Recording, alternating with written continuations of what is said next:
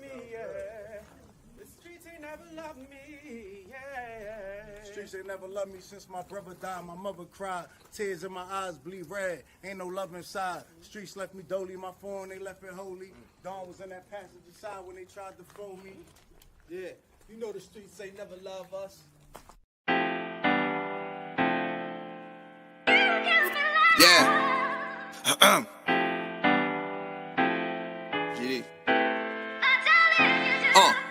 I've been shot, I was left with a zipper on my stomach, nigga. You know these streets ain't never loved me. I've been stabbed, I've been left with a zipper on my stomach, nigga.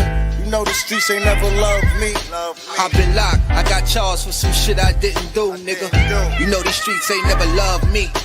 Caught a case, went upstate, fuck the Jakes, nigga. Yeah, you know these streets ain't never loved me. Laying up in a hospital bed in ICU. Hit that button like every 3 hours to get those blues, yeah. Laying in the test of pain, I know shit won't be the same. Sipping my stomach, shit don't stop a thing, I'm still a man, yeah. But who gon' be there when you doing time? Can't get no money, so they dropping down, these niggas bitter. And I hope they get the picture. I'm only getting bigger. The top cat out my litter, yeah. Tell you they love you, but they hate you on the low. They hold you back, how they expect for you to grow. I got locked up, ain't said me nothing, but I'm your nigga. My body numb, I got no feelings for you niggas. I'm from where niggas will shoot you right here in these hallways. If you got trust in that loyalty goes a long way. These size 11s, these pussies can't walk a mile in. They hit my cousin with life and he's still smiling. I've been shot, I was left with a zipper on my stomach, nigga. You know these streets ain't never loved me. I've been stabbed, I've been left with a zipper on my stomach, nigga. You know the streets ain't never loved me.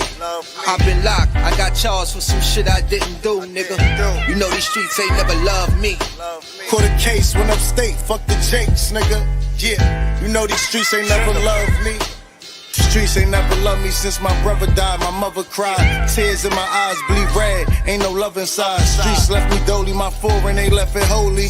Dawn was in that passenger seat when they tried to fold me. Remind me of my gun, that was real shit, this real spit. Rocks I was selling was smacking them, call it Will Smith. I ain't never told and never folded under pressure. Get him Neek was in that ambulance with me, he was on that stretcher. Niggas tried to take my life, I couldn't tell you who. Many men might not make it, I'm here to tell the truth. Me and Job, that's my brother, you know we moving tight. Brown boys fuck with the family and I'ma get them that. This my testimony, solid, all the rest is phony. Merrick niggas come at the fam and send your best opponent. I was stabbed, I was left with a zipper on my stomach, nigga. I know the streets ain't never loved me. He was shot, he was left with a zipper on his stomach, nigga.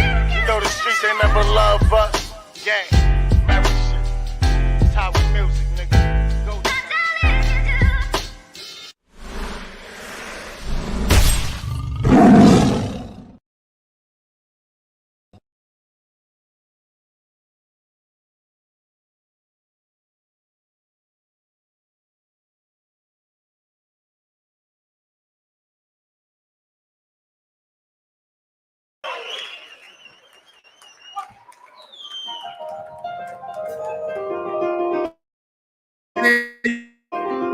Usage, y'all. Grown folks business this morning, you heard me?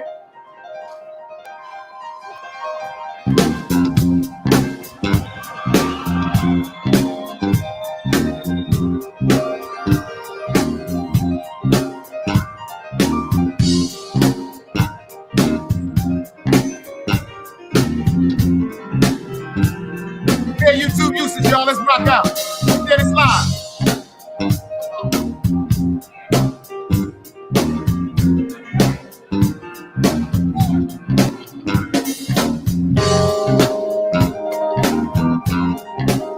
Rocking with the best. Grown folks music, y'all.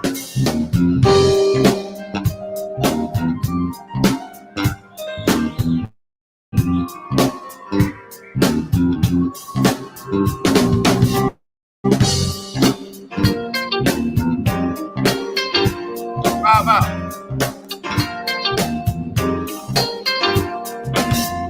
I know we're doing everything that we want to, but meanwhile we're losing because we won't let go. And yeah, people, let's start thinking what we do. And don't let nothing change your mind. Let's start heading homeward bound. Get off the ground, stop losing, yeah, losing. Keep rising to the top. Y'all don't know nothing about no Kenny. Y'all don't know nothing about no Kenny. You gotta wake up your body, wake up your body, wake up your body, move it around. Y'all don't know nothing about no Kenny. Wake up your body, wake up your body, wake up your body, move it around.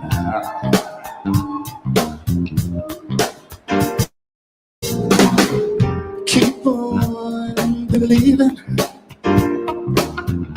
all the dreams inside of you, and don't stop achieving, yeah. Let some love shine on through, and don't stop the feeling. Just keep on dealing. Everybody, we gotta keep on moving, 'cause I know we can get it over. So baby, let's get rising to the top. And don't let nobody stop you. We'll just keep trying. Another day alive, another day free. Why would I wake up trying to be somebody other than me?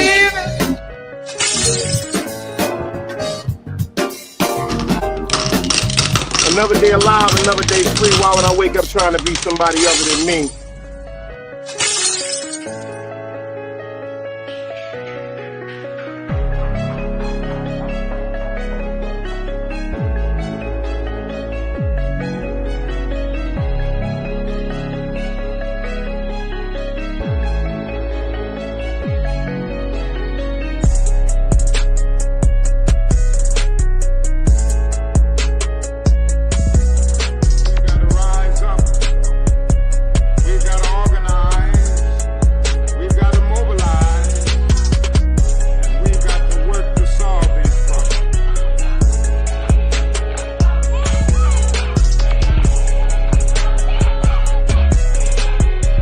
Knowledge, wisdom, understanding. Man, woman, and children. Sun, moon, and stars. Everything that exists has to coexist within. Like I said, another day alive, another day free. Why would I wake up trying to be somebody other than me?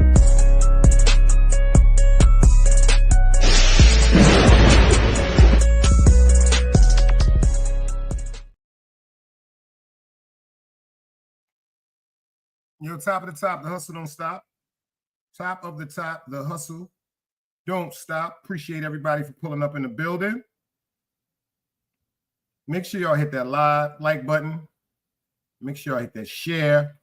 Make sure y'all, in the words of China Brim, leave it in the comment section. I remember when I first got on YouTube, I told people, I said, yo, if you feel as though I'm doing something wrong on the show, leave it in the comment section. Tell me what you didn't like. Tell me what you didn't agree with. And I would specifically do my best to correct that. But I ain't hear too many of them.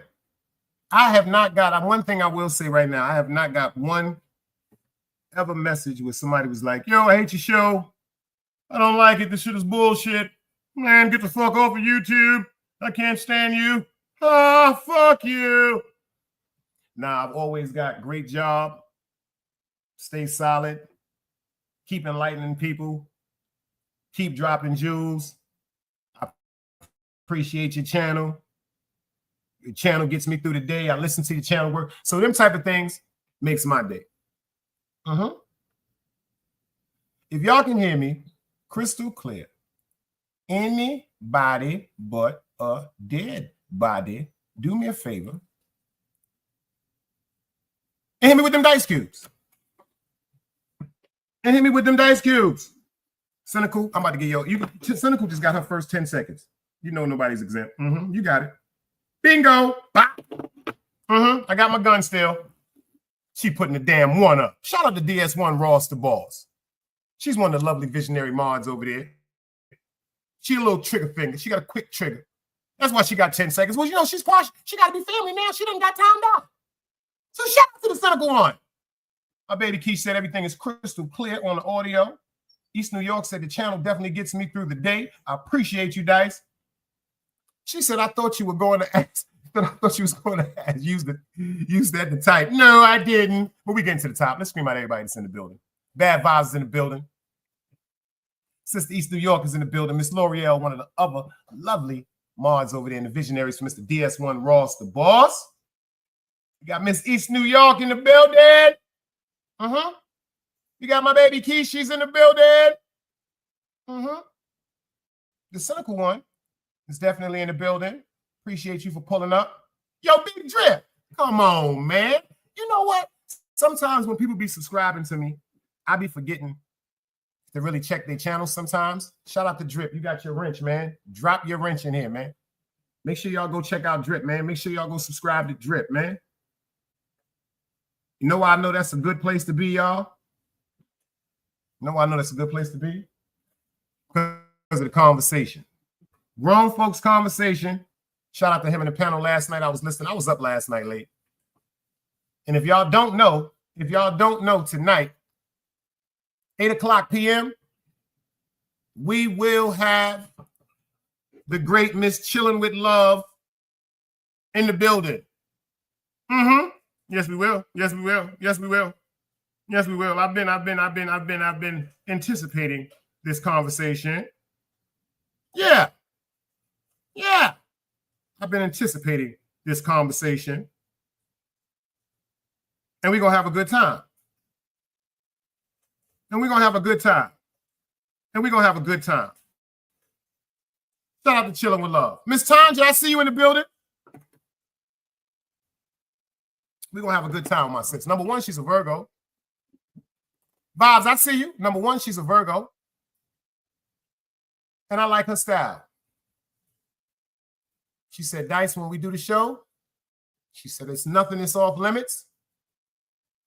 She said, let's do it. Well, y'all know I'm not really intrusive like that. So certain things I will never talk about with people unless they bring it up. But there is some questions that I really want to get in her mind about. Because she's a Virgo. And the reason why I'm looking so forward to this one is she's a Virgo and a female Virgo. And I think this conversation, Mr. I think for myself, I see you in the building. I think this conversation tonight at 8:00 is going to be rewarding for everybody that's in attendance and for myself. Because being a Virgo, certain things I notice,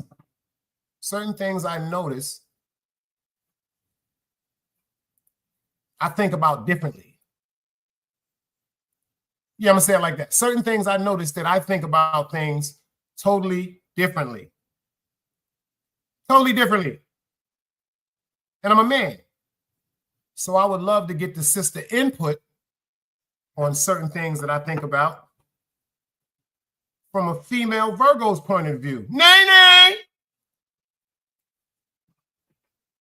I think really she's going to be able to help me with certain stuff that I need help with. And I'm honored that she agreed. To actually do the show. Facts of life.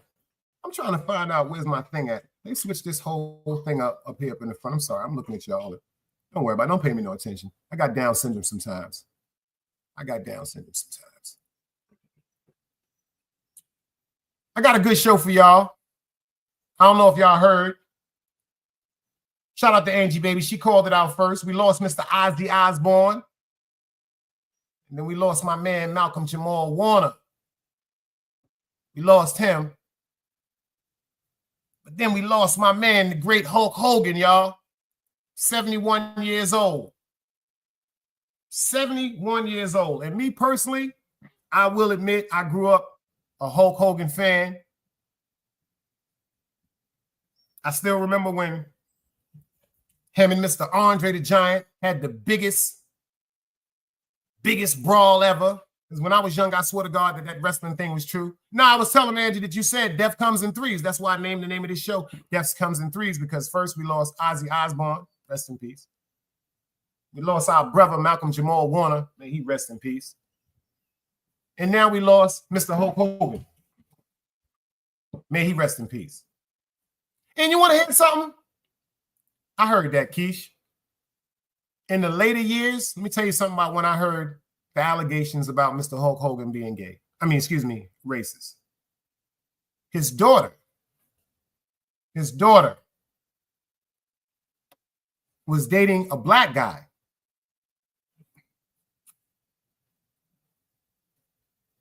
And he was furious.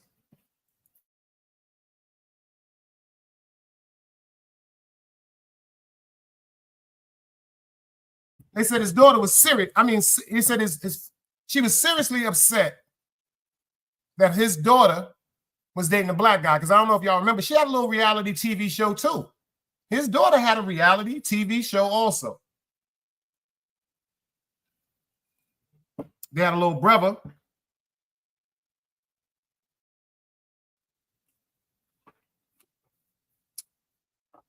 Got a little brother. He was a brat. But unfortunately, the racism, I'm not going to say it's not true. I'm not going to say it's not true because unfortunately, anybody can portray to be cool with you.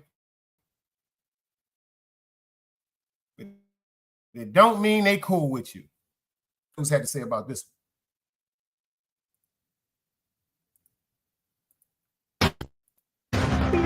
Again, breaking news to report.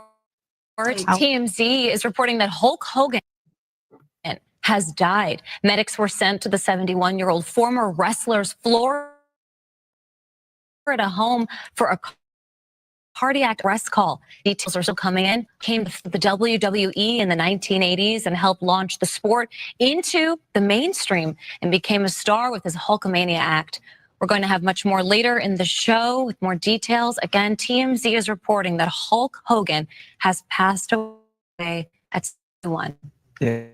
Someone who really did, even became a giant pop culture figure for generations of fans, right? And introduced wrestling to many people. He did. He even had a little action figure that was made for him. And then recently, the shirt, right? The reality show he had. Reality show where we really got to know him during that reality show on MTV with his wife Linda, his daughter Brooke, his son Nick. He's very open with the family on for many seasons. Yeah, and then very recently during the Trump campaign, during the campaigning, he was very involved with that.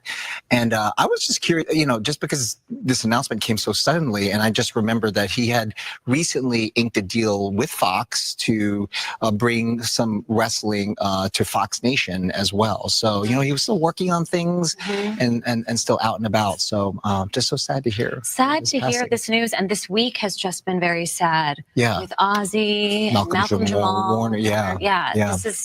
This is another sad death to report. We'll stay on top of that. We want information on Hulk Hogan. We will.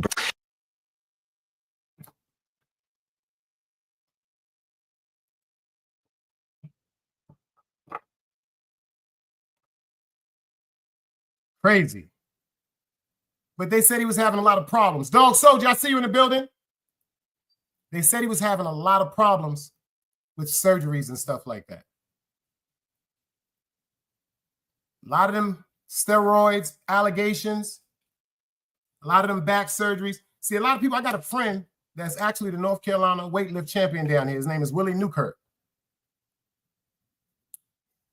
That weightlifting thing, some people want to stay in shape. Some people is just overly excited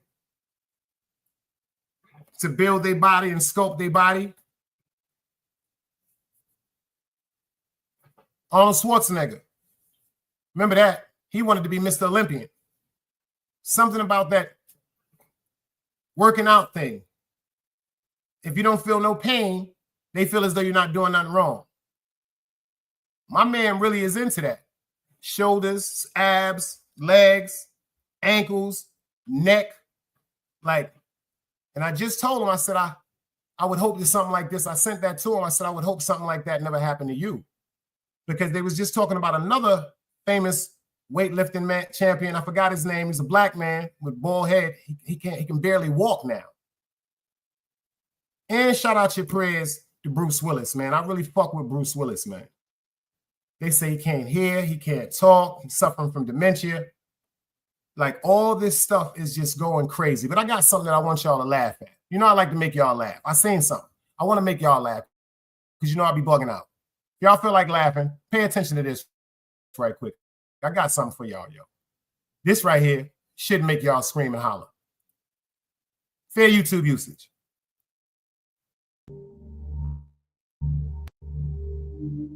On this week's First Few Minutes,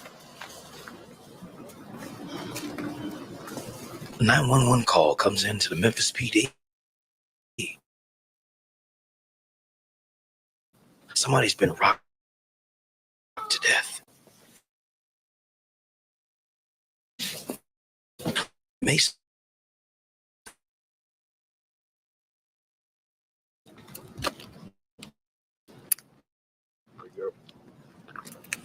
What happened? Solid hello. Oh, you know, I'm trying that. I don't know who the hell they are. Why you gonna walk out like bullshit? And then so Saturday, I believe he said weed. And then today he had got they have a fight. And Saturday they saw them fight. They were fighting. Then he'll fight. And then he was him. His cousin and his baby. They all like everything, man, like crazy. He started right over there. This guy's right over there. That him right there. That little there right there. Yeah. Y'all dead though. Mason and Mullins now have a second witness who also happens to be the neighborhood watch, Little Daryl.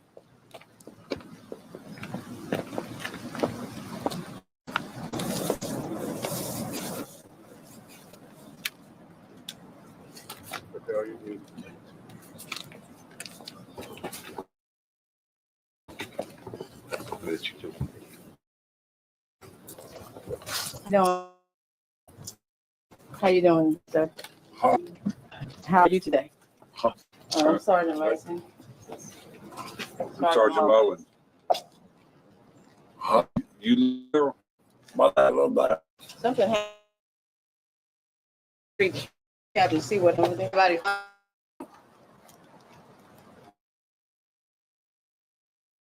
Did you see anybody fighting or anything over here? You hear any kind of noise, anything going on? They're all playing. I go around playing basketball. Basketball. Hold on. Look there, you mind going with us across the street so we can talk to you to the police headquarters? Let's talk to you. Come on.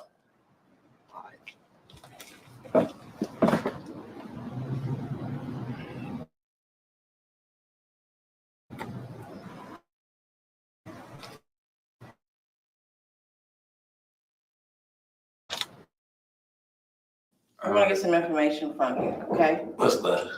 What's your name? What's your real name? Daryl. Okay. Daryl what? Daryl. We'll go with Daryl.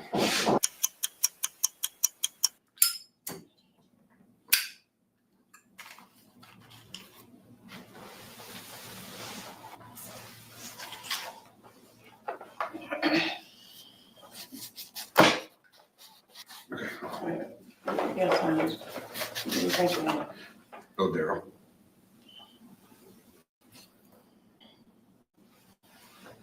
Okay. Frustrated, Sergeant Mullins decides to turn up the heat. Somebody's been killed.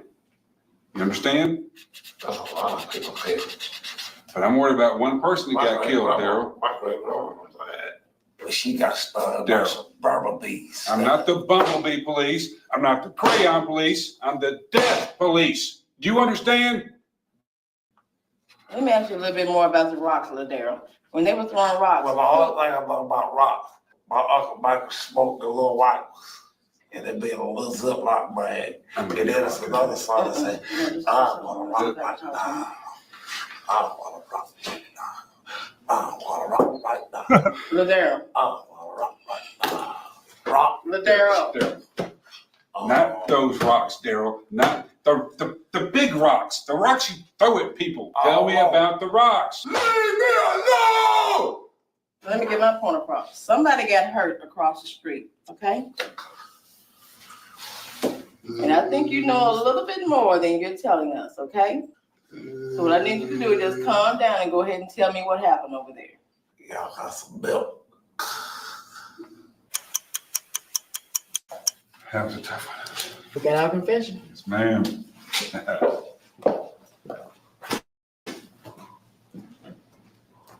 Ah!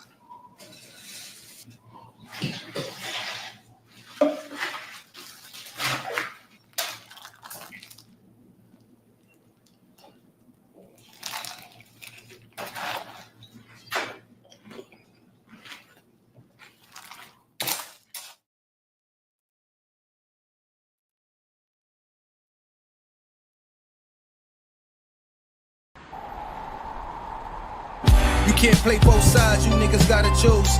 Niggas out here being tough until they make the news. Mama said her son ain't hurt nobody. The street said her son was catching plenty bodies. If you accept these charges, then please hold. In every hood, it was a nigga that was tough, and he still told. Like, what I gotta do to make you niggas rhyme? Like, I'm ready to kill when the kind of minds be cautious. I'm dealing with more sticks than a porcupine. Quill spines, whatever you wanna call them. Yeah, plus my little mama, she a trap queen. Doggy when she mixed with that Fetty, give him a wop lean. It was a whole lot of cars when there was stimmies round. We going over a year and half you niggas down. All these expensive clothes, like was that smart? Now they uploading their clothes on the Poshmark. Switch, baby, careful with this. I mean, this bitch sharp. One across, one down the middle, look like a chrome heart. Damn, I'm always outside. I'm like, hi from who? Bound to put your car on skates. You think you sliding through? I help build my niggas. This ain't Legos. Protect the fan by any means. I be Diego. Yeah, tiger to you niggas. I'm an animal. It's a jungle where I'm from. What y'all wanna do? You can't play both sides. You niggas gotta choose. Niggas out here being tough until they make the news. Mama said her son ain't hurt nobody. The street said her son was catching plenty bodies. If you accept these charges, then please hold. In every hood, it was a nigga that was tough, but he still told.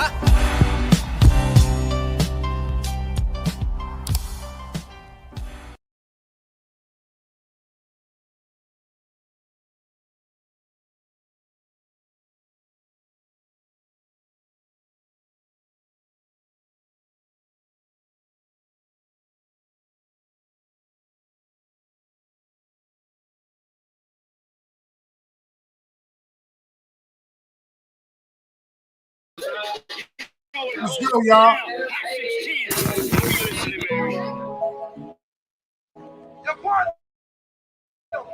Wait on. I told my dog my alibi. Yeah. In the business that job. It's hard, dog.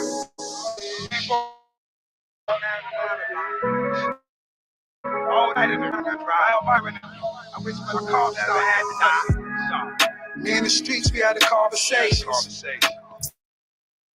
Being broke was the motivation. They said they love me, but they really hate it. Me in the streets had a conversation. Me in the streets, we had a conversation. Being broke was the motivation. They said they love me, but they really hate it. Me in the streets had a conversation. I got a baller, went and found the block. God gave me a pill, Satan gave me a Glock. I met her once, she gave me the top. Of your life, you want it or not. Being broke is the motivation. Go through all the pain and the couldn't make. I told Satan, suck a dick, I went and lost my faith. I was taught if you want it, then go and take it. I got seeds worth the minds. I got enemies, in other words, ops. Gotta bleed. I Glock 9, a real so the nigga. I was sick in the thing, I ain't know my name. I sat down and had a drink with me. I was thinking if my mama do, she think of me. My mama told me see my daddy when she look at me. Even though I love my aunt, I turned it to a fiend. My nightmares, he turned to a dream. My money thought it was scheme. Think that it's a game. And the shooting got no pain. He had a gun, he kept it in his purse. My Young and shot that, put him in the verse. I'm a rider, mirror tints on a black hearse. White man don't understand that being black hurts. Mama crying on the steps in front of a church. Crippin' is solidified. Yeah, I see my brother die. Little wanna slide. They ready for the homicide. Lord, take the pain away. My gun sing a lullaby. Ran from parole, I had to hustle, I ain't never hide. Tripping in the league and I was tweaking, I ain't never cried. Real multiply, nigga, we don't never die. 100 grand flat in the streets, I had you dead. 100 round jump, big choppy, I'll be head. Used to get beside me, signs couldn't find me. See, we was in the trenches and the just living grimy, yeah. Getting too much money up the hill, they tried to line me. Dominican, she freaky, give me toppy in the lobby. Yeah, you pushing, what you swiping cards. Yeah, I spin the yard. Yeah, you stay inside or you catch a charge. My nigga pray to God because they life is hard. My niggas in the beam wishing they was home. Been there, done that. You ain't not alone. Me in the streets, we had the conversations. Being broke was the motivations. They say they love me, but they really hate me. Me in the streets had the conversations. Me in the streets, we had the conversations. Being broke was the motivations. They say they love me, but they really hate me. Me in the streets had the conversations. Yeah, Wade is different, y'all. Wade is definitely different. I got something I want to show y'all. This is crazy right here. Y'all seen this before? Did y'all see that?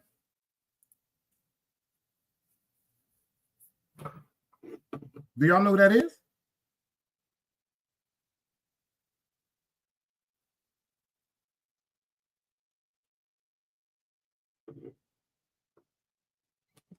Do y'all know who this beautiful woman is?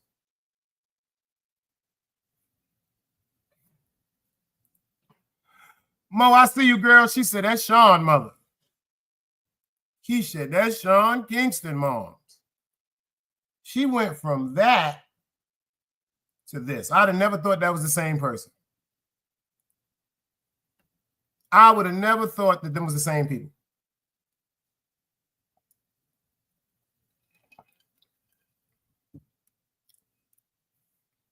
I would have never believed that this woman in this picture next to Mr. Sean Kingston is this woman right here. But I don't know if y'all know the reason why she don't have on the fly shit right there. You know why she don't have on the fly stuff right there? Let me show you why she don't have the fly stuff on right there. I will show you right quick. Let me show you.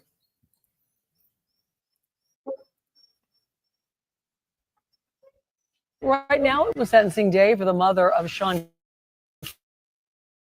Kingston, who was tied to some Bumbleclad. She got me feeling like a Jamaican right now. Bumbleclad. Your dog. Bumbleclad. Ooh. Wicked picture dot. Get that off the screen. Bring it right back. Right now, it was sentencing day for the mother of Sean Kingston, who was tied to some fraud cases here by her famous son. Local 10's Sanella Sabovic is joining us live from the courthouse in Fort Lauderdale with what was handed down. Sanella. Well, Christy, a federal judge sentenced Kingston's mother, Janice Turner, to 60 months in federal prison. And before that sentence was handed down, she did address the court with tears in her eyes, saying that she was sorry and she asked the judge for mercy for her and her son. Somebody call 911. It's sentencing day for singer Sean Kingston's mother, Janice Turner. Federal judge David Leibowitz ordered that she spends the next 5 years in federal prison, followed by 3 years probation. Charges.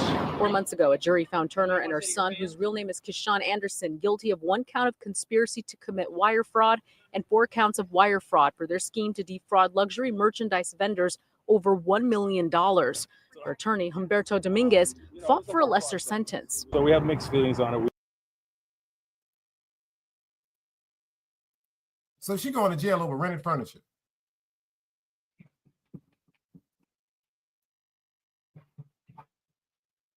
She's doing 5 years in the feds for rented furniture.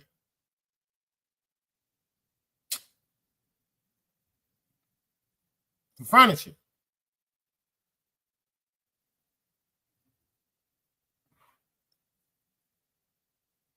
Well, he couldn't have threw her under the bus because if the feds is involved with this one, L'Oreal, oh, she did something.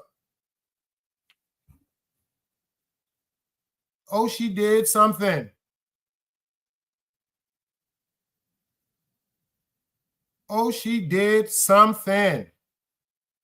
Most hated, I see you. She said, they say she begged the judge for mercy. We won on some points, and we obviously lost on other points, all of which will be obviously handled here. Overall, you know, the judge tried to do what was fair. Appeared for her sentencing hearing shackled in a red jumpsuit. She addressed the judge, saying through tears that she was sorry and that she was trying to keep her son afloat. She begged the judge have mercy on them. While Kingston didn't appear in court, did write a letter to the judge. Dominguez tells us what's in it. She's been a great mom, that she's a loving, caring person, just like I said. To asking the judge to factor in his, her age and her medical condition. Prosecutors present additional evidence into what was uncovered during a special agent's testimony. There were 17 additional victims. That agent said she spoke to those victims and they received fake wire receipts for various luxury goods like jewelry and cars. Some got paid, others didn't. Turner was also ordered to pay victims back. Prosecutors called her a thief and detailed prior convictions, while Dominguez says she got in trouble simply for helping her son. She's a really caring person. She's helped a lot of people in her life. A restitution hearing is scheduled for October 16th. As far as see, don't y'all know the person that got the deal first is the one that cooperated?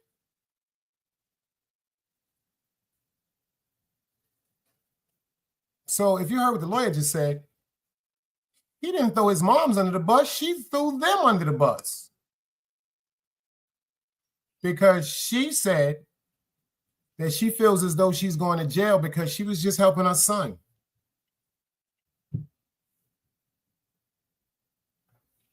So if she feels as though she's going to jail because she was just helping her son,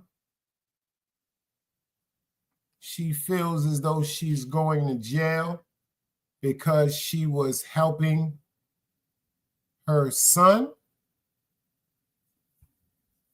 She threw him under the bus. And I think she disregarded the fact when they say you have the right to remain silent.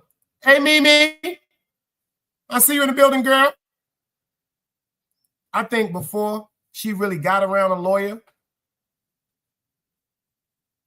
she fucked up and gave up her right to remain silent, because once she said that she was helping her son, she knew he was the mastermind. He's the one. She holding him down.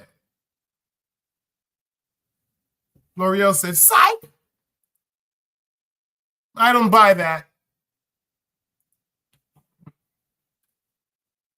Y'all remember that girl? Yeah, she had a bunch of charges. Y'all heard what she said?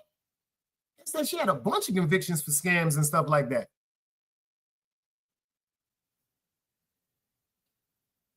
A bunch of convictions. But see, they said him, Sean Kingston, and his mother were really, really getting money a long time. A long time. And then for them to be caught up in a situation like this, see, they was investigated by the feds because of, like he said, the bootleg try to rent a center scam shit, furniture. Hell of a way to get caught up. Doing other things allegedly, and you get caught up for furniture. Wire fraud. See, a lot of them people fail to realize, and wire fraud is also when you apply for a PPP loan and you don't need it, and you had no actual reason to be filing. So a lot of people went to jail for wire fraud. They went for wire fraud and stealing money.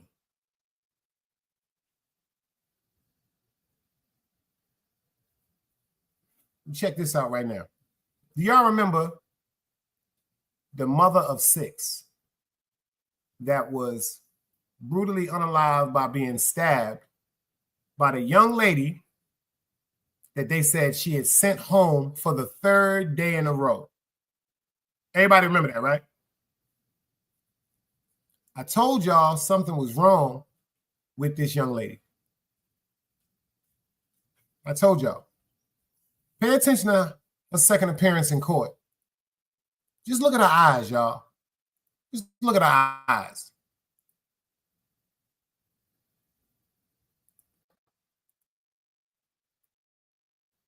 Five, 354FY, People versus Afani Badu Mohammed.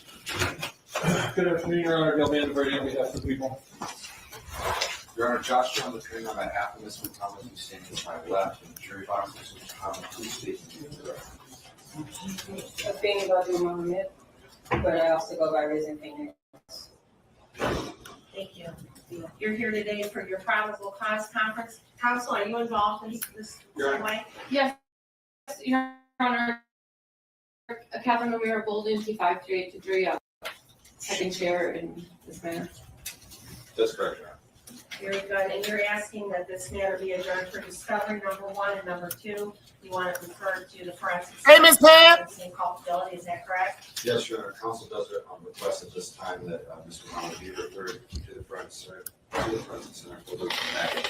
It's my understanding that Ms. McDonald herself personally objects to the referral at this time.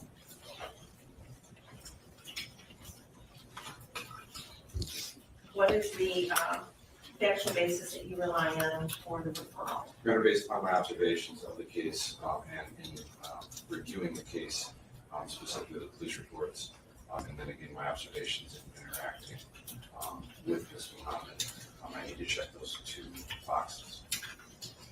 Meaning, I need to make sure that 1, she is competent to stand trial, and then 2, that there's not an issue in regards to responsibility or culpability. I will We're standing in court like she the old lady that be giving out fans. You know them little fans when she's like when you be in church and it be hot, they give you the little fans, the little ladies that be having the white shoes on. They be so patient over there. If you need a fan, they bring you a fan. That's how she's standing. And both, we only need 1 to go forward and the competency. Absolutely. I will refer it for competency and culpability. They're about going out 4 to 6 weeks. So let's go September, have a review day on September. Yeah, that's it. The usher broad. At 1 p.m. I will take this off the docket for next week for the preliminary exam and remove that from the docket. Does that deal with the people? That's fine. It works with the defense. And we're not going to set a date for the preliminary exam at this time until we get the report on competency. That's why we have the review date set up. If it comes in sooner than that, we will reach out to get you in sooner than that. However, my experience in dealing with the forensic center leaders is it takes 4 to 6 weeks. So we're going to go with that date at this time. Any other matters? I have nothing further, Your Honor. This will give us time to get that done and the other discovery issues we have. So I have nothing else. That's absolutely correct. Very good. So that concludes this matter. Thank you.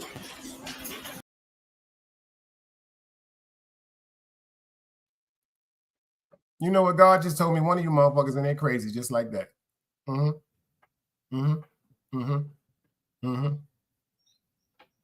of you motherfuckers in here is crazy, just like that. You ain't killed nobody or nothing like that, but you just ain't snapped yet. You just ain't snapped yet.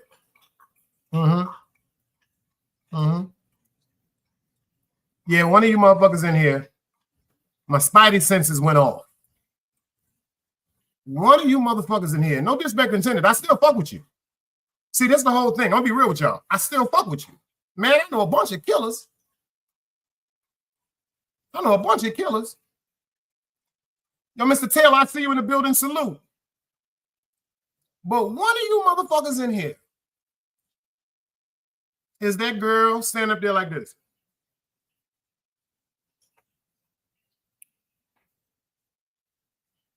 She's standing up like she waiting in a restaurant for some food. Just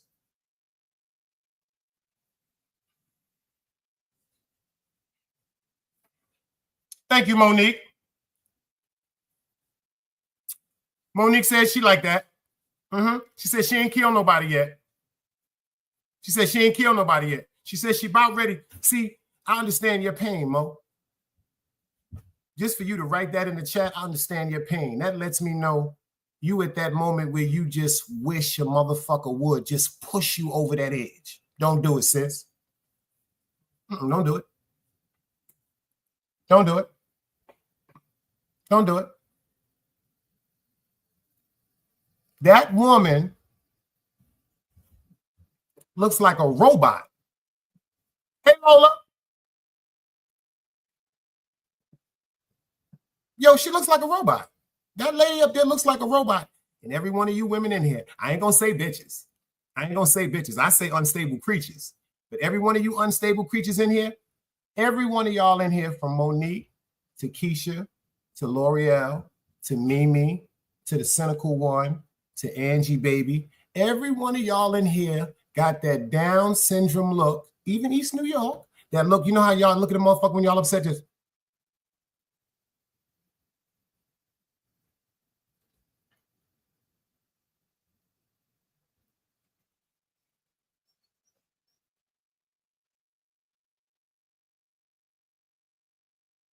yeah. I believe that. I believe that. I believe that. I believe that. Because the way that woman was looking, I know this shit may sound funny. Y'all know I love my mother to death. I love my mother to death. But the way that woman was looking, it was like my mother when I did some dumb shit.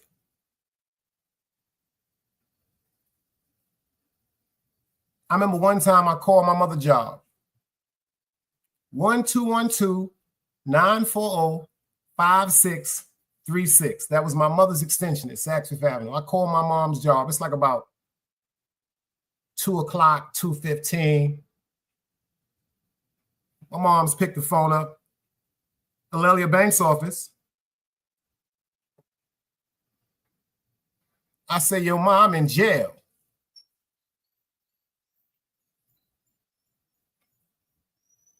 Do you know what my mother say to me, y'all? Go ahead. I call my mother about 2:15, 2:20. She at work. I say, yo, Ma, I'm locked up.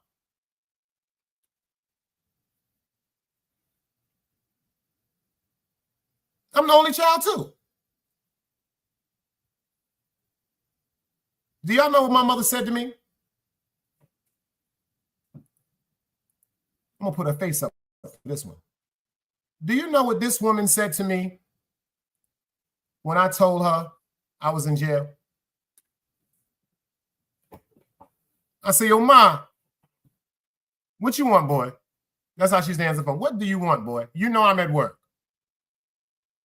I say, yo, Ma, I'm locked up. She said, well, you'll be in there when I get off work. I should be home like around 7 o'clock. Call me then. Don't call my job back, boy.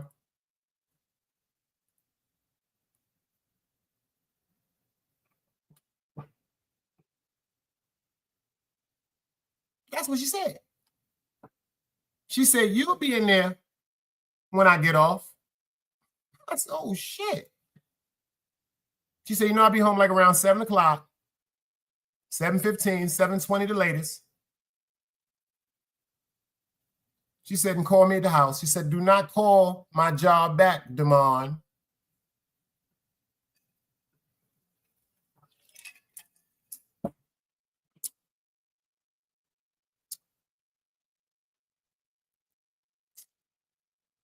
Call about 7:30, 7:40.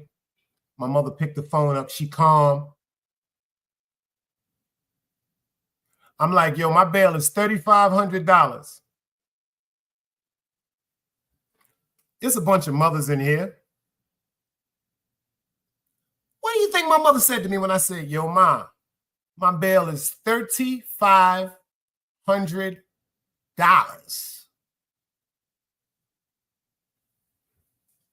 I said, yo, I got like about $350 in my room in my Timberland box. If you need that. I got like $350, $360 in the Timberland box, Ma.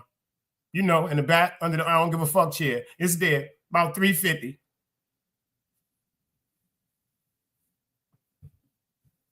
I said, but I need like $3,500. So you're going to need like $3,250, $3,240.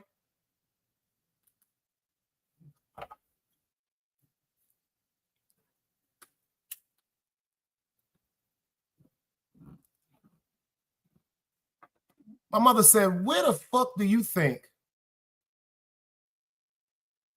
I'm going to get $3,500 tonight?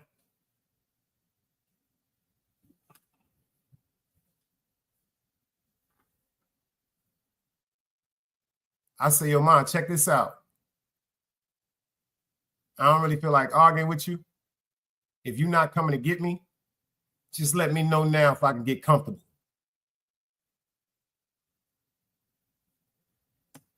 My mother's so distraught and heartbroken. You hear it in her voice. She said, well, I'm going to call you right back. She didn't even it's like she was so in shock that her baby was in jail. She said, can you call me back? Like my mother said, can you call me back? I said, yeah, I can call you back. She said, do me a favor. Just call me back. Give me, she said, give me 15 minutes. Give me 15, 20 minutes and call me back. Please call me back, Damon.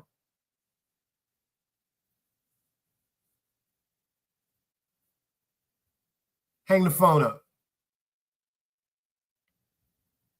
Honestly, y'all, I didn't call my mom's back in 15 minutes.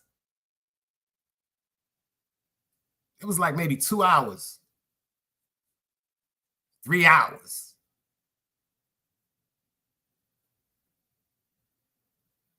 Some say, yo, call your moms, man. I call the phone. On the first ring, my mom's pick up. Hello? I'm like, yo, Ma, what up? She said, do you ever follow instructions? I'm like, what you talking about? She said, I asked you to call me back in 15 minutes. She said, it's going on almost 3 hours. She said, I'm coming to get you.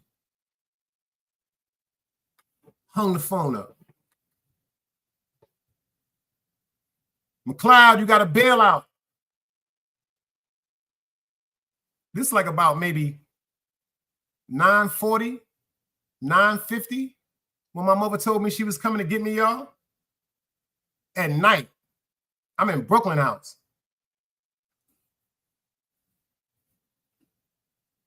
She said, I'm coming to get you.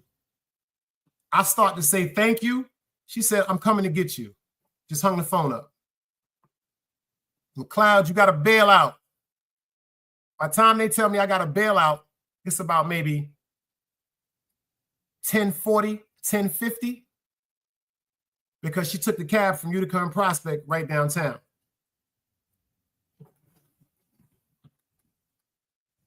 So when they get my bond and all that, they tell me, yo, your mother won't go home. I'm like, what you mean my moms won't go home? They was like, we told her. They said she paid your bond. You're not going to get out of here for another 3 to 4 hours.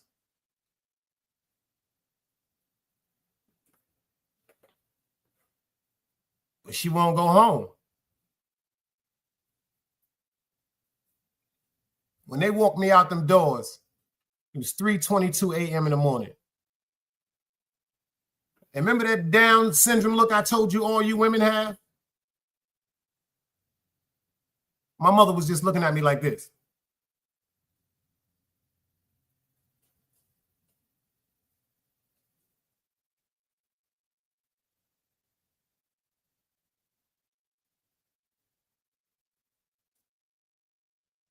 I run up on my moms. I go to hug my moms. This is one time. Yo, Ty, salute, baby. I see you in the building.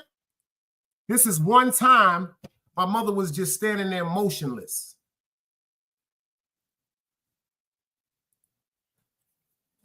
My mother, like I don't know if y'all ever did something that disappointed your mother. And like any other time I hug my mother hugging me and squeezing me and just loving on me. But this particular time, she was just looking at me like this. And she didn't even move her arms. She was just like.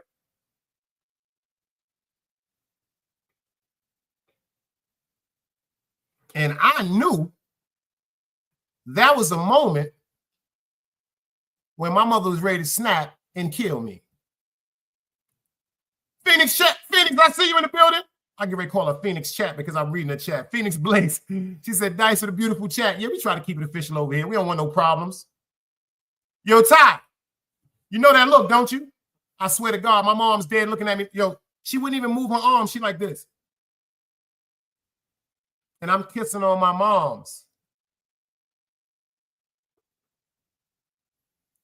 Boy, do y'all know what my mother looked at me and said? You better get yourself together. I ain't going to be here forever. Because she thought she was an MC. My mother was the first MC I ever known. Fuck Curtis Blow.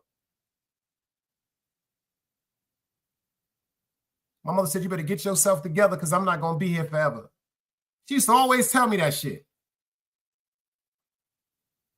You better get yourself together. Y'all know where she got that money from, right? It's a fact, East New York. I know your feelings, sis. My mother was standing there just like, now that I'm an adult, I can understand she was just so tired she couldn't even hug me. She was so exhausted and so disappointed to the fact that it's 3-something in the morning. She got to go to work the next day, but she's been sitting outside on a bench waiting for her son to be released from jail.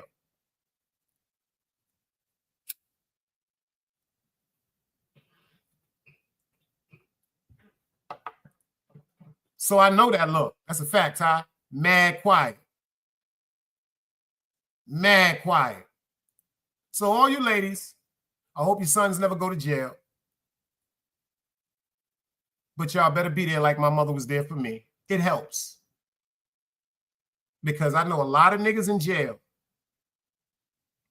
that are disgustingly angry with their mother for one reason. Can y'all tell me that? I heard niggas tell me this shit.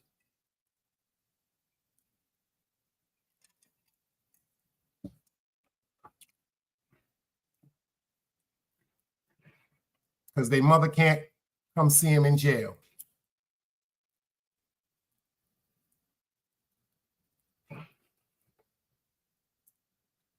Just because they moms don't have the means to come see them, they are extremely angry. Yeah, that's what the old school said. That's a fact, Keish. You're in jail, you're on your own, nigga.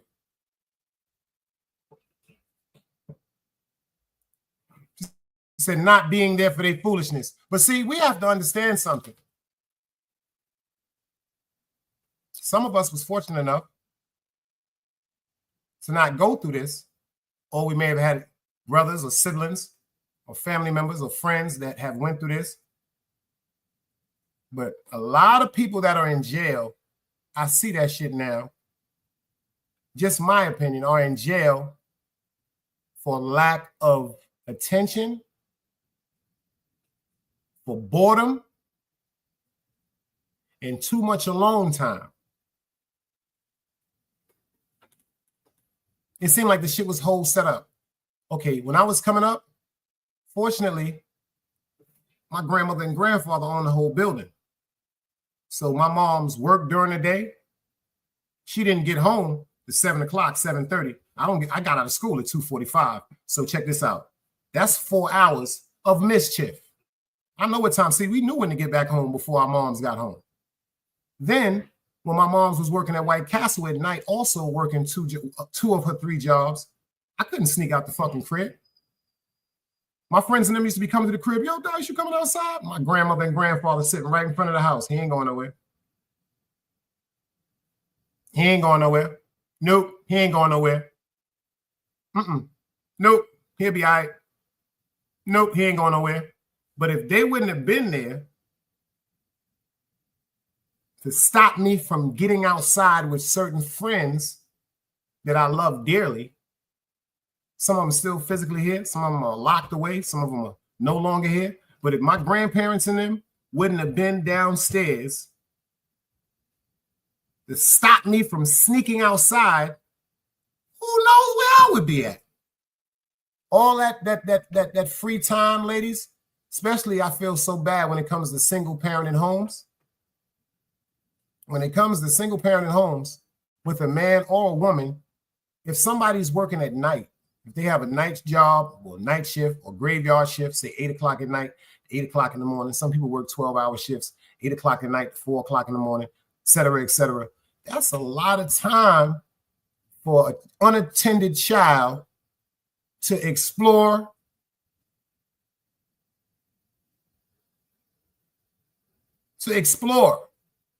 and really, really chase their curiosities. You got one kid, his mom's is at work at night, so he's home. And then the girl that he liked, her mom smoked crack, so she's never home. So since you and the girl is cool, most of the time you at the crib with the girl, because her moms ain't there, you don't even know who her pops is. Unattended time between two curious teenagers, or she's at my house because my mother's working at night. It's the same thing, unattended. Unattended time is very, very dangerous when it comes to children. Because if, like they say, if the family, whether it's single parent or a dual parent, mother and father, if the family is there, they're going to be, and they stay inquisitive when they come to their children, because some family members, they got mothers and fathers in the house, and their kids be in different rooms and computers, and they're never together. They don't eat together. They don't talk together. It's high and by. You're going to work. I see you later. Oh, praise God. Yeah. Go to church front, maybe a cookout. But there's no real unity when it comes to them computers and stuff like that with a lot of families nowadays. A lot of kids is going in their room, getting on their computer or getting on their cell phone and talking with their friends. Back in the days, we didn't have no shit like that. These motherfuckers are spoiled. We didn't have no shit like that. They got so much opportunities that I think about sometimes, and I say to myself, is some of these opportunities bad because these cell phones and the things that can happen with these cell phones, and I'm seeing children with cell phones now, and I'm thinking about the Uber rides and all that. Is that really good? See, down here, they got this shit now where motherfucking Uber pull up to your house driving the car by itself. They ain't got that where y'all at? Y'all got that yet? Motherfucking car pull up by itself. And a lot of parents that don't have time to be parents, but had time to be parents when they was being intimate with each other. But they ain't got time to be parents when them kids is growing. They love them new ideas. Oh, they old prepaid card. They fucking the world up. Yo, let me tell you something. I seen this shit on the news the other day that made me so, yo, let me tell you something. They got a credit card now for children from the age of 3 to 7 years old.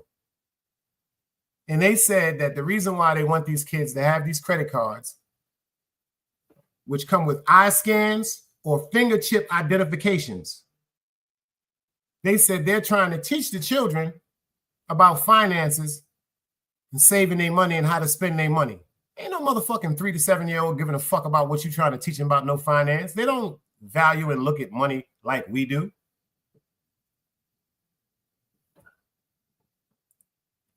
Mr. Leo Anchirani, if I said that correctly, he said, your opinion on the death of the WWE icon, Mr. Hulk Hogan. Yeah, that was one of my best.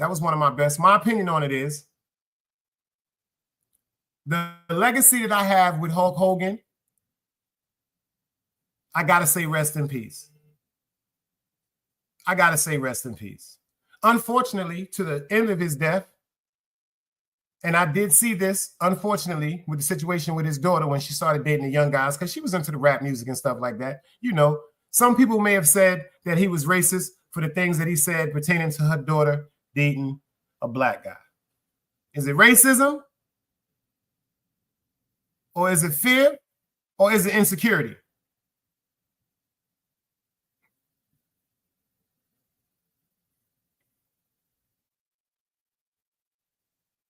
I think that his legacy for building up his own franchise, like you see on his t-shirt, WWE, WWE World, WWY Wrestling was already popping, but him and Vince McMahon got together and made him the star. So when he slammed Andre the Giant, I watched that episode. When he slammed Andre the Giant, that was one of, I ain't gonna front, that was one of the most happy moments in my motherfucking life as a fucking kid. You know what I'm saying? Because this right here affects me to the fact where I really, okay, boom, I'm gonna show y'all how much of I was a fan. I stopped watching wrestling when certain things. I was a big fan of wrestling. Hulk Hogan, Jimmy Superfly Snuka. You know what I'm saying? That whole wild Samoan thing. That shit just had me intrigued. You know what I'm saying? Kamala, the nigga that was running around that was supposed to be a headhunter. You dig what I'm saying? George the Animal Steel, the Iron Sheik, the British Bulldogs. You know what I'm saying? One of the sweetest niggas in wrestling to me is Jake the Snake. Nigga choke your ass out, and then when you wake up, it's a snake on you. That's very disrespectful, if you ask me. Very disrespectful. Greg Valentine, figure four leg lock. It's only one submission hold that I seen somebody administrate. Yo, Chief, I see you in the building. It's only one submission hold I seen somebody administrate. And see, they ain't even pay attention because back in the days, they was telling you, they was showing us indirectly, even though it was entertainment, the effect and the presence of the Iraqians. Y'all forgot about the Iron Sheik? Y'all forgot about the Iron Sheik, huh?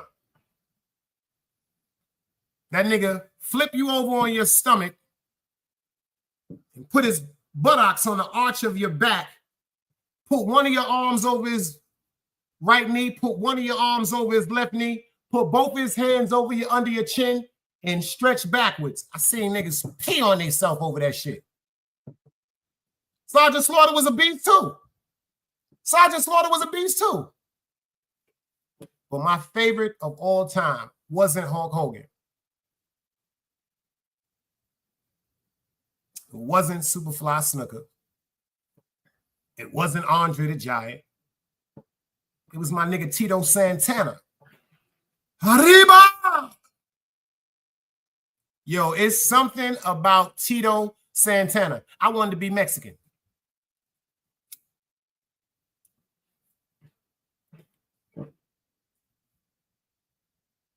And the bag of my Spanish niggas told me when he was saying arriba, that just means high.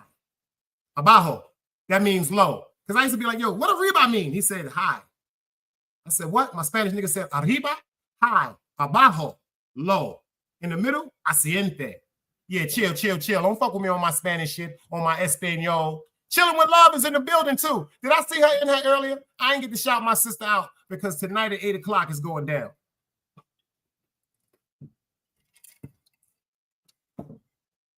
I never fuck. Let me tell you something.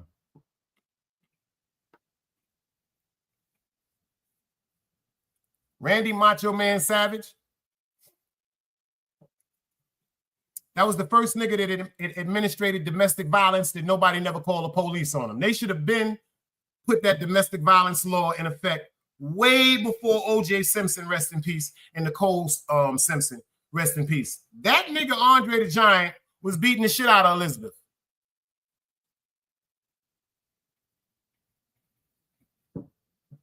That nigga Andre the Giant, Randy Macho Man Savage was beating the shit out of Elizabeth.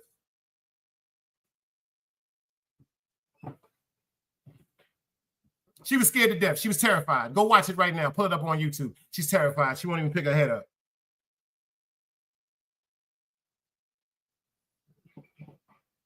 So this right here is actually gonna be a legacy to the great wrestling fans, especially our age. And then some of the ones, you know what I'm saying? Like there's some wrestling enthusiasts that straight up Hulkamaniacs, like he started that whole Hulkamania era in 1984. It's straight up people that grew up talking about they was a Hulkamaniac, and you can imagine if they were so enthused with something like that, they just gonna pass it off to their offsprings.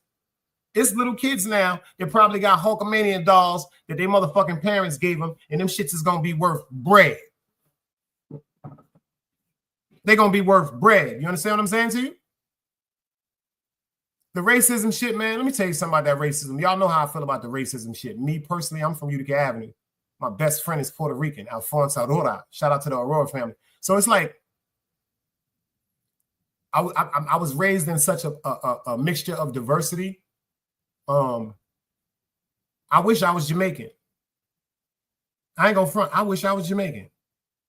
I wish I was born in fucking Jamaica. I think I was Jamaican in a past life. That's a cold-blooded fact. That's a cold-blooded fact. Especially because of the resilience that the West Indian culture had when it came to slavery. You understand what I'm saying to you? When you really get into the history of the Jamaican people, like I said, I was around some of the most dangerous but loving people at the same time. People from Greece, people from Italy. Shout out to the Shalmonti family right on the corner. People from Greece, Mr. and Mrs. Greco. Guyanese people, Barbados, Trinidadian, Haitian, my man Vincent Pierre, rest in peace, and his mom's at the corner. Dominican, Puerto Rican, Panamanian, Guyanese, Yugoslavian. Back in the days with the Russian niggas when they was over there on 23rd and Surf over there in Coney Island back in the days. That was a whole Russian game back in the days. If anybody know this past 7 years, if anybody know anything about the real E-Pill game, I'm talking about the Blue Hippos.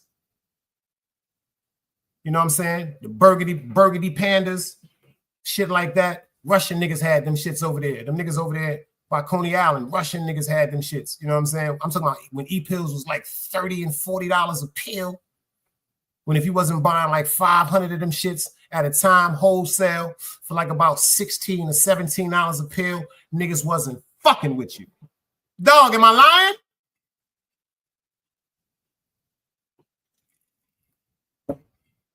Lola said, check this out. No disrespect, but I'm a fuck Hogan. She said, I'm a fuck Hulk Hogan type person. He racist, ain't no way around it. When will we say it not okay for us to support for those that hate us but love our money? She got a point there. Like I said, this is all true facts. I didn't know anything about any racist slurs or anything pertaining to racism. Pay attention, because the internet thing wasn't popping like that back in the days. And me, I never was really one for no type of social media. That's never, this YouTube shit I'd have never imagined. And so I'm not with none of that. But anyway, I understand how certain things you have to do to evolve, especially if you're trying to grow your brand and trying to, you know what I'm saying, have people gravitate to you. But when I heard him get so upset, I didn't hear him say nigger. But everyone said, he said, how could she be around? How could she really be around that nigger like that? I've never heard him say that. But it's a host of people that heard him say that. Yo, you want to hear some funny shit? I'm kind of glad I didn't hear him say that. I don't know if that shit makes sense. I'm just being real with y'all, because I really am a fucking Hulk Hogan fan. If Lola talking about it, it's a fact. See, it's just fucked up. Yo, Ron BX, I see you in the building. Salute, bro. 050, definitely. The Ultimate Warrior was crazy too.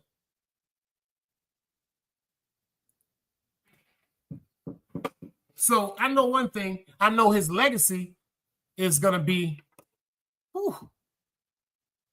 shit, when it comes to Hulk Hogan, he like the Bob Marley of wrestling. I don't think one person in the world that listens to music, if you be like, yo, do you know who Bob Marley is? They'd be like, nah, who's that? Could you tell me? I don't think nobody in the world would ever say that. Hey, didn't nobody got named Bob Marley sing One Love? Nah, who's that? I don't think. It's just like if somebody would say, man, it's fucked up, Hulk Hogan passed away. But see, y'all, let me tell you something I want to talk about. Yo, Lola, I'm glad you're in the building, sis. Tell me how you feel about this Malcolm Jamal Warner shit. But first, I'm gonna let y'all holler and listen to my guys, Hard Luck out there, from them dudes from Patterson, Jersey. Lola, I want to know how you feel about this Malcolm Jamal Warner shit. But first, I'm gonna give you some gangster music, some real smooth gangster music for all of us to listen to. Can you dig it?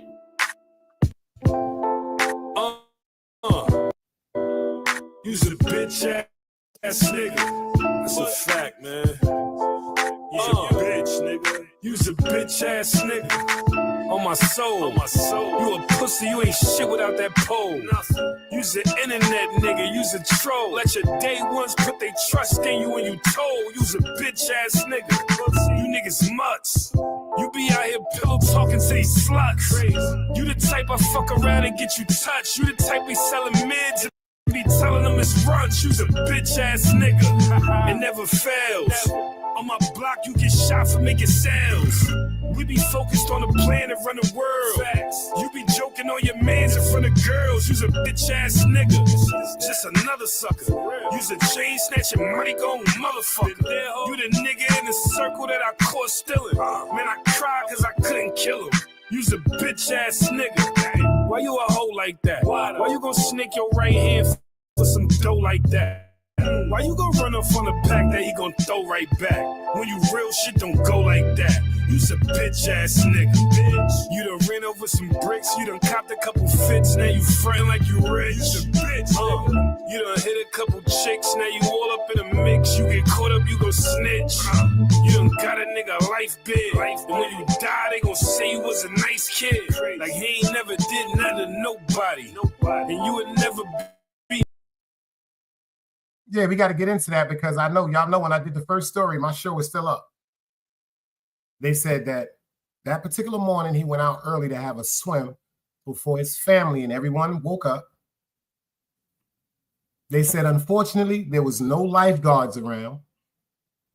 Then they said he was found in a rock cove area because he was overtaken, allegedly, by a wave. Okay, then the next day is he was swimming with another gentleman. And that wave, that big old strong wave, didn't just take Malcolm Jamal, rest in peace.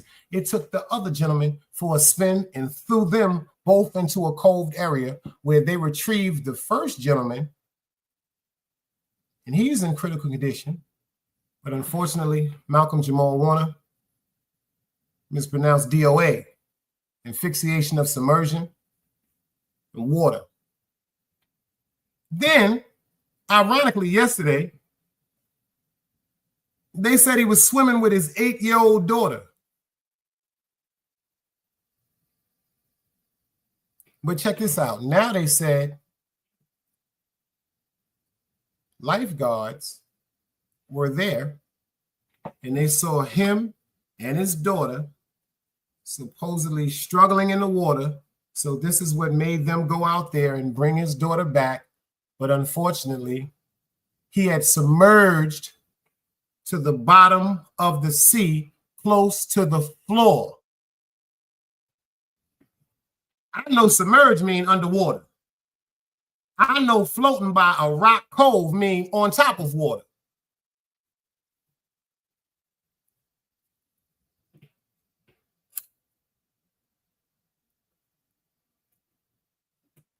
You hear what Lola said. So they drowned him and made it look like an accident. They killed that man.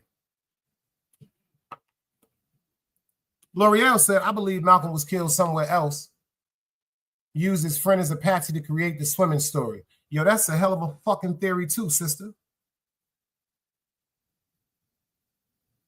That's a fact. That's a hell of a fucking theory right there too, yo.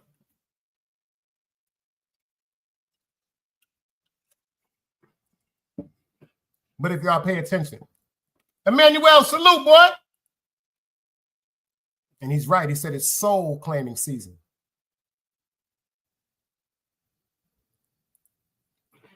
He said they're looking at his wife suspiciously, of course, because pay attention. Why are they not talking about his daughter? Wouldn't his daughter be more of a concern or interest, not trying to knock the man that allegedly was revived and is in a hospital or in critical condition, but wouldn't the story seem to be a little more focused on him and his daughter? Yo, I've been listening to his album. Y'all. The name of his album is called Hidden in Plain View.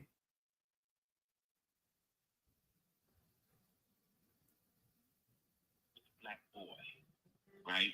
It's that you don't want to have to. Vulnerability can be a scary thing, even when we're on the mend.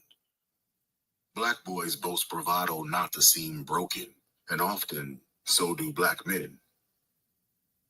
I see you. If you pay attention to everything that he was saying, he was blatantly disrespecting the government so eloquently, only someone with a vocabulary and an interpretation of vocabulary could understand. So those that are hearing him recite how he feels about all the injustices towards black people, especially black men, they understand what he's saying.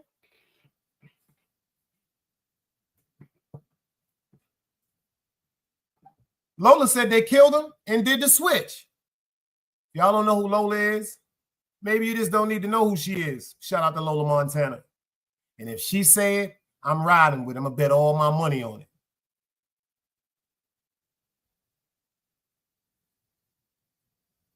Just like Nipsey Hussle. See, the sad part with Nipsey Hussle is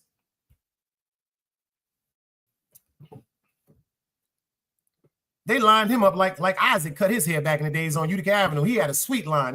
They threw a sweet line on him. These are my assumptions, because the biggest thing is they said that allegedly with the whole conspiracy with them guys that's locked up with Big U, and they were saying that they didn't really want to have him around anymore because Nipsey Hussle was supposedly talking to the police.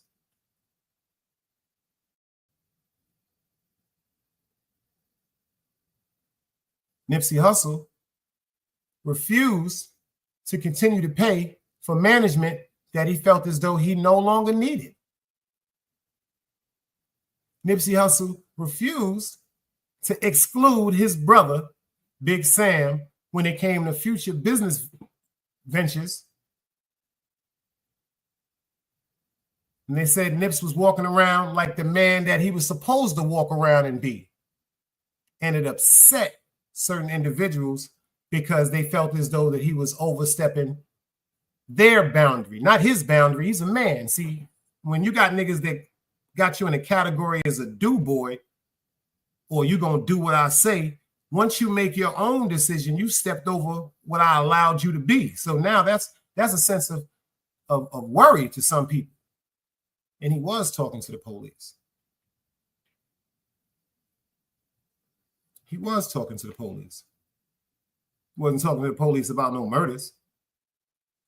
Oh, let me rephrase that. He wasn't talking to the police about sending somebody to jail for murders that happened. He wasn't talking to the police about no unsolved murders. He was talking to the police about murders. He was talking to the police about murders pertaining to certain things that maybe they need to do in the neighborhoods that can prevent future murders.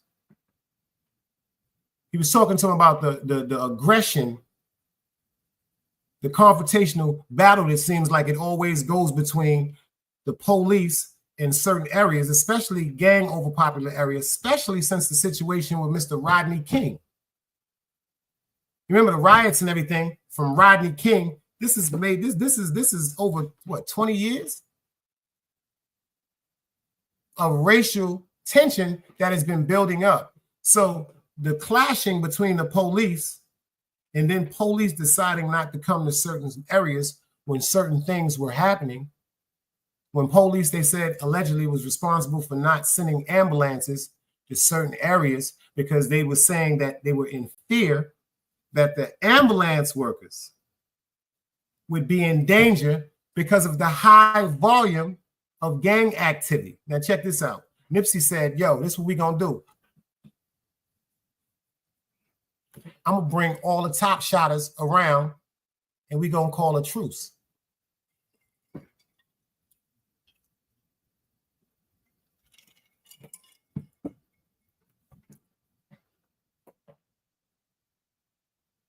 He said, but I'm gonna need the assistance and the presence of the police, and I'm gonna need the assistance and the government funding. See, that's why Big U is in jail. You fail to realize Big U started a certain black youth group that the government was giving him large amounts of money for. Because he's on a wire fraud tap too. Fraudulent motherfucking dealings with money. See, Nip started wanting them. See, Nip wanted them political ties. Nip wanted to do really what, Big U was seeming like he was doing in real life. Big U didn't have that vision in his mind. Big U is a gangster. And his taxes is extortion. And you know what happens, quote unquote, if you don't fall in line, allegedly. But Nipsey was trying to get them political contributions and them political connections where he could have came in the hoods because he had the power to go to every hood. He was connected to Game.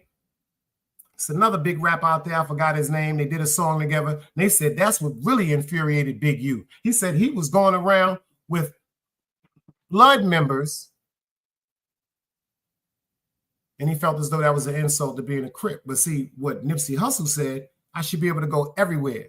He said, as long as a man respect me as a man, there shouldn't be no reason for me to sock a nigga jaw or for us to have to squabble. That was his words.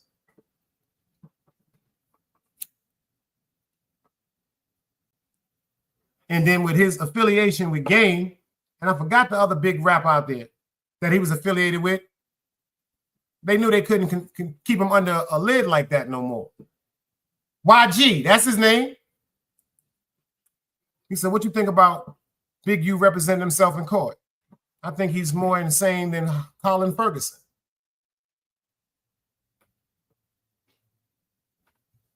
Lola said he never went against the set. The set was started to help the community, and that's what he was doing. People have made gangs about them, not the community. That's real. But representing himself in court. Everybody in here familiar with Colin Ferguson?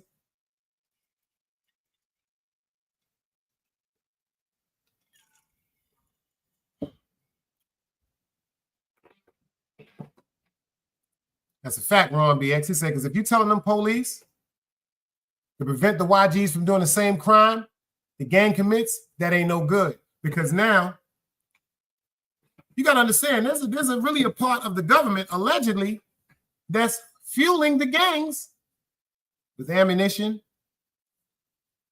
with drugs, with closed cases. I don't know, Keish, anybody else know who Colin Ferguson is? Colin Ferguson was a man back in the days that shot up the Long Island Railroad train. Black man.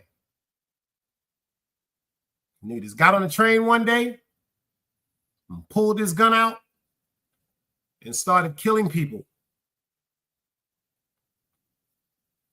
And then two of the people, one of the ladies he shot, I think about 6, 7 times, she didn't die. So he decided to tell the judge that he wanted to represent himself. You should be able to pull this up to Colin Ferguson on YouTube. You should be able to pull this up. This dude comes to court with literally cardboard folders like a school teacher would have. Like a school teacher would have on her desk, filled with all type of papers. Not a briefcase. He was using it like a briefcase. This nigga was insane. I'm talking about when it was his time to counter cross examine, they asked him, the lady looked at him and said, No, he looked at the lady and said, a woman that he shot over six times, he looked, but she survived. She's up there in tears, trembling. He said, excuse me, miss. She up there trembling. She won't even speak. She giving him that stare like she ready to kill him.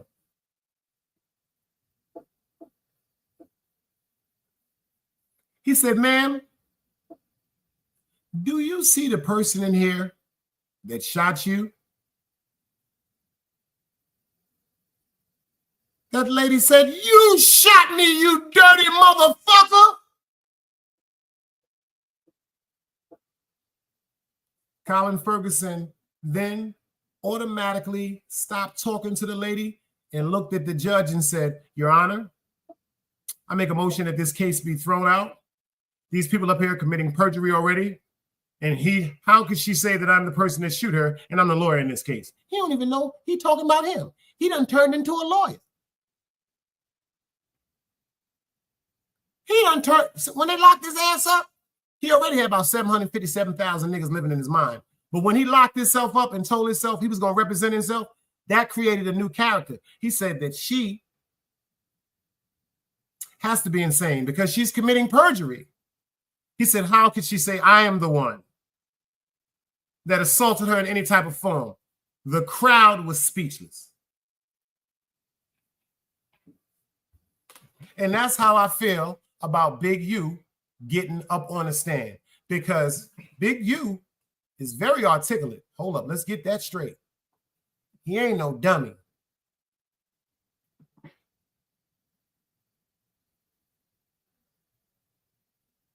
But if there are people that are testifying against him, see, he was under investigation for a minute. But when the young man that was supposedly friends with his son, that was on a football team with him, that he had signed to his record label, that they found killed, when his parents, when his mother and them started beefing about their child, that prompted the investigation to go stronger. You see everybody that's involved with it, Rick Baby, I think that's his name, and Loose Cannon. I did a show one time that showed Loose Cannon, allegedly, somebody that looked like Loose Cannon, in a video pistol whipping a man right in front of the No Jumper studio. And you know, when I hear something, yo, Ty, you just said something that's very, very important.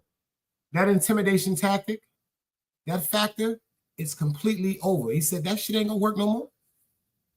See, people fail to realize before all of these investigative agencies, and I learned this shit in North Carolina. See, you got the Federal Bureau of Investigation, right? So many things are happening in the South. So many cases across the South that are happening in the South, in the southern region of the United States of America. So many things are happening where federal cases are so backed up. They made new agencies. And one of the new agencies they made is called the SBI, the Southern Bureau of Investigation. They have the same authority as the Federal Bureau of Investigation. They have the same things that the feds got. So any type of technology or wiring or surveillance or manpower that the feds would have, Southern Bureau of Investigation has. The investigative agencies that are operating right now across the world, you can't move the way allegedly people used to move. You can't. Back in the days, we could sell crack 24/7 on the block. You know why? Because the police didn't really know what the fuck crack was. This is a fact. They were so fixated with heroin, they wasn't giving a fuck about crack cocaine because it wasn't popping yet. But that shit was popping with some of us. I don't care about that shit, man. They don't care about that shit. They were so busy watching heroin. It was like, we're hearing about crack. Crack ain't getting, let me tell you something. Crack wasn't really, niggas wasn't getting locked up for no motherfucking crack until that shit happened with Pappy Mason in Queens.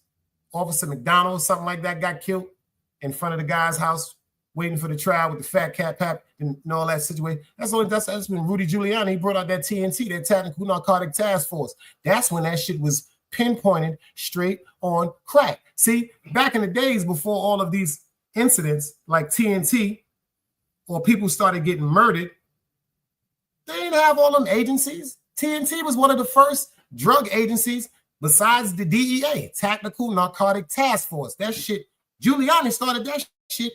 We go to Syracuse trying to get away from that shit. That shit is up in motherfucking Syracuse. That shit done went worldwide. Back in the days, unfortunately, certain things will happen where people have got killed right in front of broad daylight. Motherfuckers ain't say nothing. But you know when people get killed today, broad daylight, you know the person that's going to be in court testifying? Do anybody know who's going to be the person in court testifying if you should unfortunately unalive somebody in broad daylight today in New York? Do you know who the person is going to be testifying on you in court, y'all?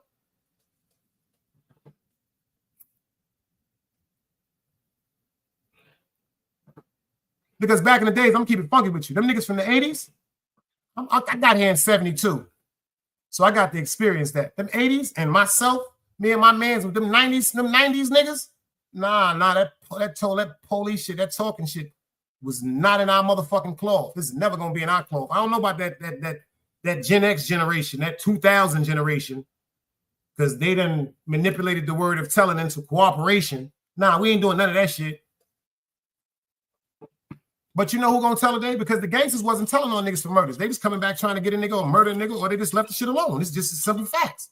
But you know who gonna be in that courtroom with y'all? Don't nobody know?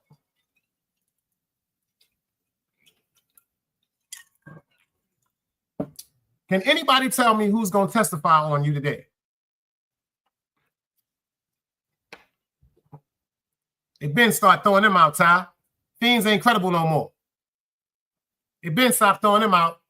Fiend come in and say they got somebody, he seen somebody get killed, they send them to a rehab to stop smoking crack. Don't nobody know who's gonna be in court testifying? Nah, not your family. Come on, you mean to tell me nobody in there? Uh-oh, this is what I gotta do then. Uh-oh, I hate when I gotta threaten my family. I don't want to do. The gun is coming out. The gun is coming out. This is the 10-second gun. Ty said the po-po. Nah. Chief said right-hand man. Nah. Ty Gutter said right-hand man. Hold on, let me start giving out these motherfucking 10 seconds. Pardon me, y'all. Let me start giving this out. One for my man, Ty. Okay. Time out. That's right there. 10 seconds. One for my nigga Chief. Got to get him too. Got to get him right. I ain't get my nigga Chief one in a minute. You know what I'm saying? So I just got to give him a 10-second right quick. You know what I'm saying? Keith said your family. So I'm going to get to her right quick. Excuse me, y'all. Please forgive me while I'm taking my time to do this. You know what I'm saying? Because this is something I get a joy out of. You understand what I'm saying to you? This is real facts. Anybody else I missed? Anybody else I missed? Let me make sure. Make sure. Dog, oh, I got my nigga Dog too. Bomba clot. 10 seconds. Everybody get blood clot 10 seconds. Yeah, Keish, you get another 10 seconds for saying yourself again. There you go. It go back to you since you wanted to say it aggressively. I fed yourself. Well, I fed you just got another damn 10 seconds. You got it, Big Ty. You got it, Ty. The motherfucking surveillance camera that's on every fucking block in New York City. That's who gonna testify on your ass. Top G, forgive me for making you have to walk into here for about 6 or 7, 10 seconds. Really, I didn't even mean to do that. You know what I'm saying? Forgive me. Dog said your cell phone. That's what Dog said. He said your cell phone. Okay, I'll give a 10-second out for telling me what somebody else telling me said. I'm just petty like that. That's a fact, Ty. You got it right. That motherfucking camera. Damn, dog. I got to get 10 seconds.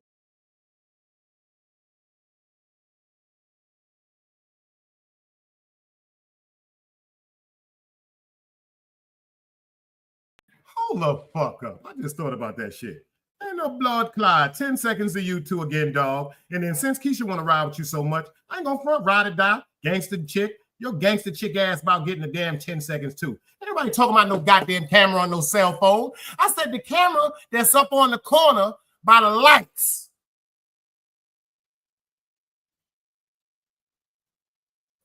No, ain't no, see, now you want to cop a plea. No, ain't no. Couldn't your cell phone can be considered as a surveillance device? No. Nah, Bedrin, better talk about no blood clot cell phone.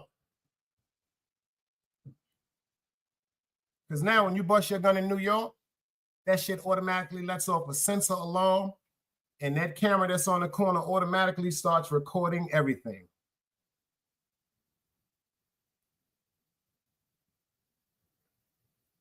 That's who's going to tell on you today.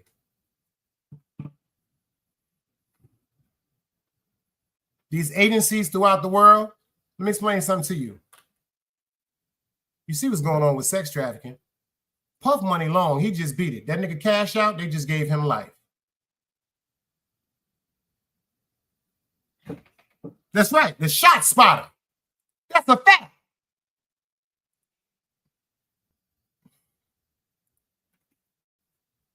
That's why things is happening today. Brand new technologies. Brand new fucking technologies, y'all. Damn, they said even if the car go off, firework in cars, that's crazy. Back in the days, let me tell you this true story.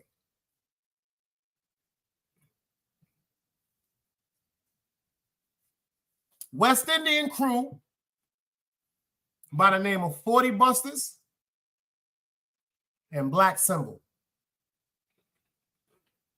From Sterling Place, between Utica and Rochester, was 40 Busters. From Rochester to Buffalo was Black Symbol. This might have been the summer of '97. If them niggas didn't have a shootout for about 3 hours. 2 Jamaican crews. The minute the lights went down, these niggas had a shootout one night for about 3 hours. On my beautiful mother, the police didn't come outside because we on Utica Avenue. I'm on Utica Avenue. Me and my man Copper Goblets today. We sitting out smoking weed, listening to a bullshit tape. Just come back from the weed spot. Them niggas up there busting guns like they in Saudi fucking Arabia. Jamaicans going against Jamaicans. And when I tell you, not one cop car came from the 77 precinct till all the shooting was over and the bodies was on the floor. Wasn't no cameras back then. It's cameras now everywhere.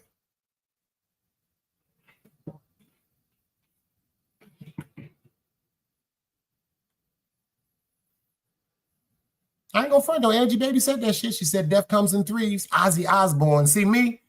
Rest in peace to him too, but he was part of Kiss. Legendary rock group. Everybody know about Kiss. Drinking Blood. They was the first ones that was in the rituals and stuff like that on music. You know, coming outside with the demonic pictures, and demonic screens, and the lizard-like faces. And nah. Rest in peace to him. He's an icon also when it comes to rock music. Rest in peace. The Hulk Hogan, man. I'm glad I didn't hear the racial slur come out of his mouth. All jokes aside. And y'all know I'm still staying on this Malcolm Jamal Warner situation because the story keeps changing. It just keeps switching up. I told y'all, it's just the shit keeps switching up. It just keeps switching up. So if y'all ain't doing nothing, do me a favor. Make sure y'all all pull up tonight, 8 o'clock. 8 o'clock sharp. Not 8:05, not 8:07, not 8:15. 8 o'clock sharp. We're going to have the one and only Chilling with Love in the building. for one of the famous episodes, Conversation with Big Dice. So make sure y'all pull up.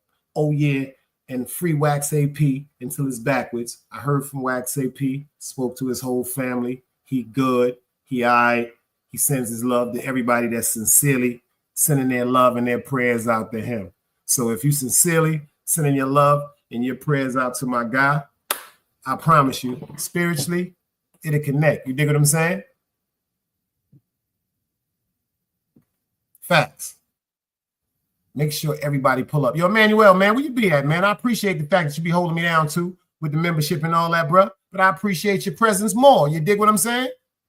I appreciate all the members. But like I said, your time is the most important thing. But I understand some people have busy schedules. I can't knock that. So when you can pop in and out, or if you can get a chance to get a replay, leave it in the comment section in the words of the great China Brim. You dig what I'm saying? Make sure y'all set y'all bell notification because you two be playing some crazy ass games. I'm gonna ride out with the boy Hard Luck, the Jersey boys. Let's go.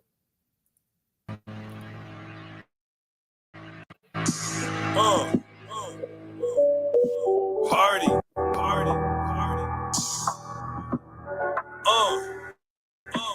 You ain't never smoked with me, never stamped the dope with me, never shot a nigga long range through the scope with me. Fucked 100 bricks up and went broke with me. Shared the same sneakers or the same coat with me. You ain't never grind with me, never did no time with me. Eating Jack Mac and tuna fish off the ride with me. Mask down, kicking niggas' doors, slide with me. That before designer, you ain't joined a mob with me. Wasn't in the hood with me. Nah. You ain't played a back block and bust a jug with me. You ain't clean the ratchet off and load the clip with me. You ain't ride uptown and cop no drip with me. When niggas came bustin', you ain't bust back with me. My first 50,000, you ain't touched that with me. Them 12 skinnies, you ain't sling those with me. Them late night murders, you ain't seen those with me. While you was up early getting ready for your class, we was lighting candles up and burning all the bags. You was on your way to school, we was on the ass. Beating up a junkie cause he stole a nigga's stash. Product of my gut up, I'm really from the trenches. Them 12 skinnies when I stuff them look like dentures. Ain't worried about no static, we not ducking any tension. Somebody ever try me, then somebody get injured. Hardy. You ain't never smoked with me, never stamped the dope with me, never shot a nigga long range through the scope. Another day alive, another day free. Why would I wake up trying to be somebody other than me?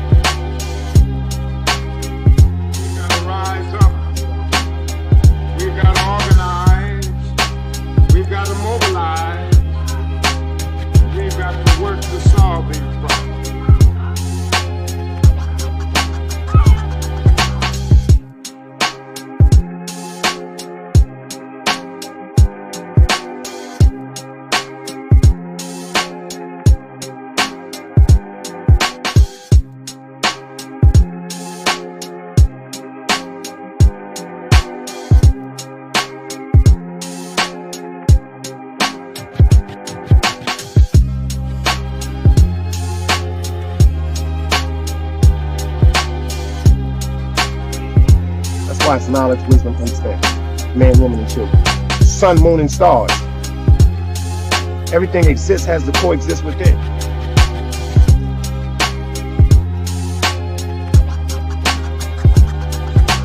Like I said, another day alive, another day free. Why would I wake up trying to be somebody other than me?